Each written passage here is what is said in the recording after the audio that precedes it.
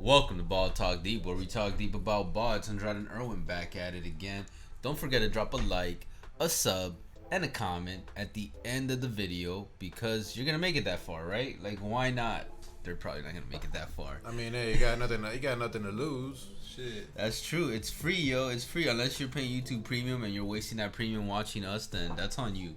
I mean, better pay YouTube Premium than OnlyFans.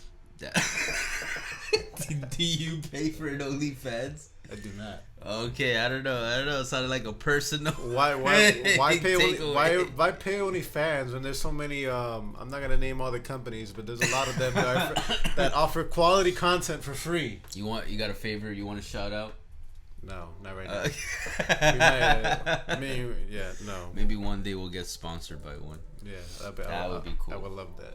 But anyway, even though knowing my luck, I'll probably be wifed up by that point. It'll be completely useless. Look, speaking of adult content, it's a smooth transition to the Brooklyn Nets, and you might be asking yourself, why is it a smooth transition? A lot of porn stars live in Nets? Brooklyn, I guess. Not just that, we had a recent situation that got covered where it involved Lionel Rhodes and supposedly maybe Kevin Durant.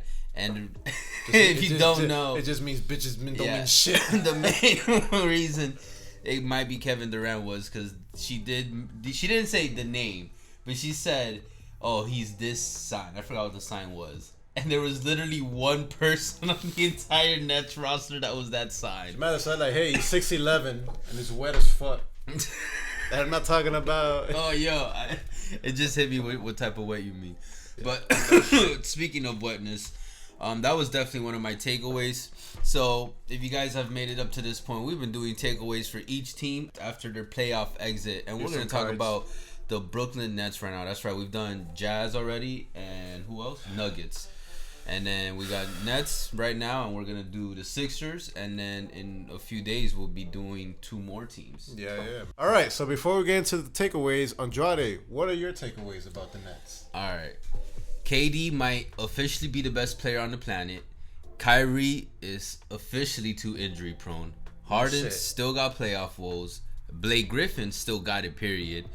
Joe Harris reminded us regular season performance can switch up real quick in his postseason.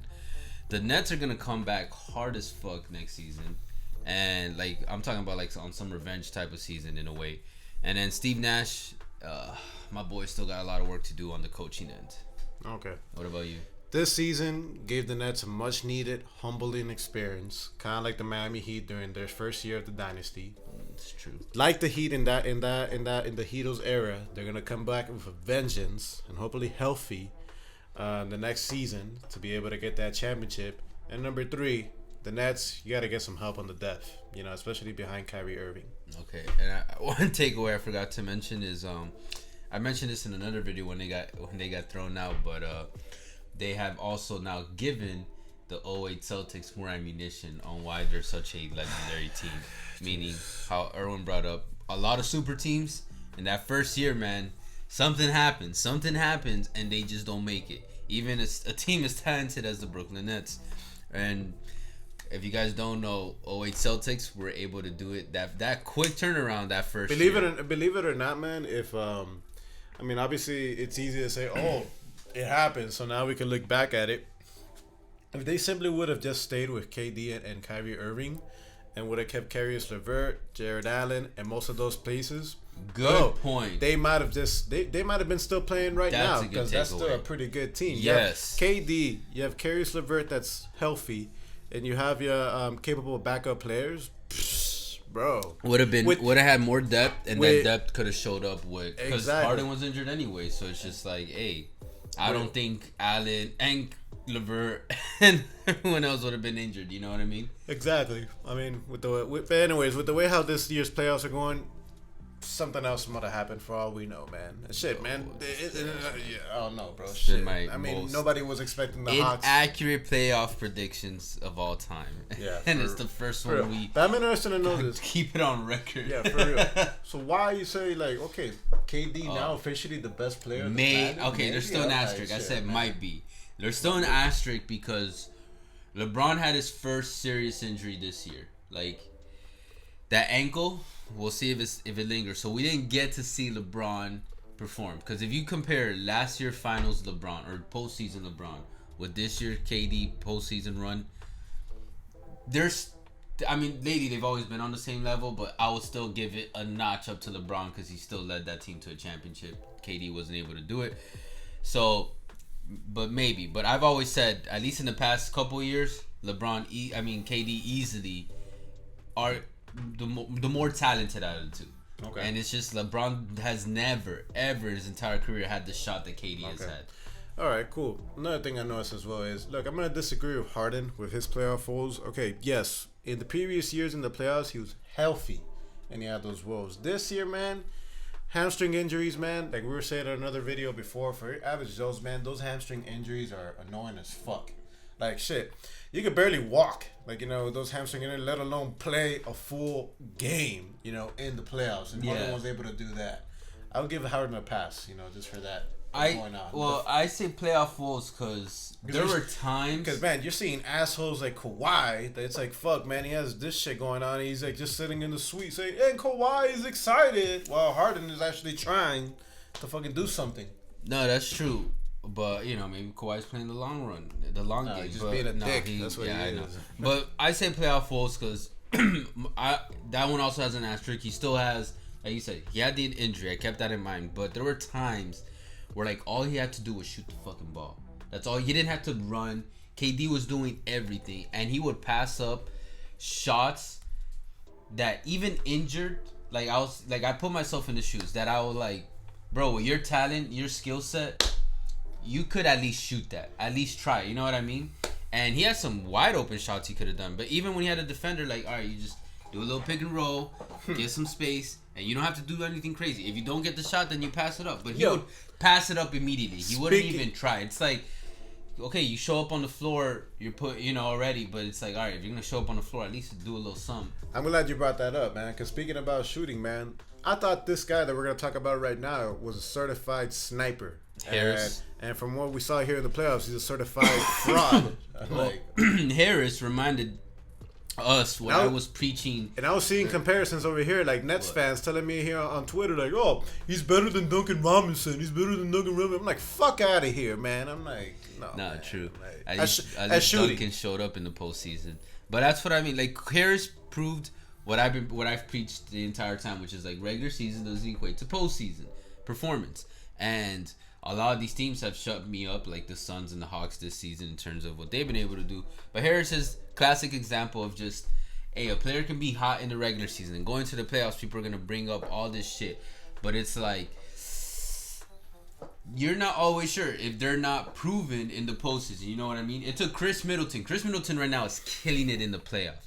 But I think now people are having some recency bias, forgetting that, hey, Chris Middleton wasn't this in the past 2-3 years. You know what I mean? Hey. And it took him these 2-3 years to get to the point where he's at now, where he's probably worked on his consistency and just showing up and having that playoff experience under his belt to finally do it in the postseason at a consistent rate. The good thing is for Joe Harris, he's gonna have another chance next year overseas when he has that big three with Ben Simmons, Kyle Kuzma, and himself. They're gonna go undefeated, in the regular season in the playoffs over there in China with the Shanghai Sharks. You feel me? No, I think Harris will also work on it this offseason, and then comes back with the Nets. He's set. You know what I mean? Yeah, man. Like he'll be on that revenge hunt with the revenge season. Yeah, definitely. And last but not least, on your points as well, is I definitely agree. Yes, Steve Nash has a lot of work to do, but fortunately, he had there's a good year of experience that he's had under his belt. Went through some shit. But the other thing I want to go with as well is Blake Griffin. I was like, bro, if you don't bring Blake Griffin, I'm punching right now. Definitely not you can still punch me if you want, but there's not a. He's definitely not a star anymore, but he's been able to transition to his next part of his career. Yeah. That he's definitely more than I told y'all he was gonna come back. More than a capable role player. Yes.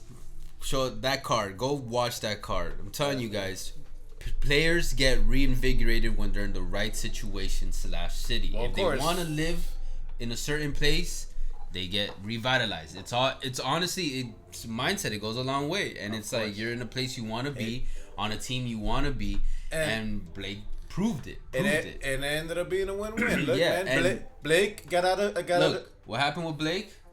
I'm saying it now. May happen with Kevin Love. I'm just saying. Kevin Love's a little older, but just watch out. We'll see, man. I mean, it's a win-win. Blake was able to get out of Detroit, and Detroit, they were able to get the number 1 pick. Yeah. How long did he go without dunking in Detroit? It was a while. How many dunks did he have this season? Is this many? I don't know. And it's like that. I'm not. And then he was just back. I hope he comes back to Brooklyn. But if he doesn't, don't be surprised that he goes to. He'll come to a team that is in a city of like Brooklyn, like an LA, a Miami, a fucking something like that. Chicago. He'll come back to Brooklyn, man. He's still, mind you, he's still getting paid by the Detroit Pistons on that buyout for next year. So money's not gonna be a thing for him as well, man. So he's gonna go to the place where he wants to win a title for sure. No, that's true. If they get healthy and they retool, and there's gonna be veterans that are gonna want to play there for a ring, come on, man. Brooklyn's the place to go. Talking about healthy, I think this season officially cemented Kyrie as just too injury prone, man. I kept defending him, but it's just too much. It's too much, man. I feel sorry for Kyrie because Kyrie is so much fun to watch. He's one of my favorite players in terms of not just his play, but just his personality. I love his individualism, but I think I don't know if he'll end up cementing himself as one of the best PGs of all time. We'll see what happens. Guys, let us know in the comments what you guys think. Yo, is it a foregone conclusion that the Nets are going to win the championship next year? Is it going to be a foregone conclusion that they're gonna go back to back? Or are we going to say the same shit that happened already this year? Back to back what, like back to back L's? Or back-to-back injuries. What? Knock on wood, though. Yo, but either way, guys, appreciate all the love and the hate. You guys already know. Catch us on Twitter, TikTok, Facebook, at Ball Talk Deep, and all podcast streaming platforms. And guys, if you made it to this point, what are you waiting for, man? Hit that subscribe button. Drop a comment. Exactly. We love discussions, like we actually do. Yes, sir. Anyways, like it, like thumbs up it. I hate saying that. Like shit. Literally, thumb up it. But either way. Appreciate. I'm not gonna say that again. Anyways, we'll catch you guys soon. For now, later. Take care. 13.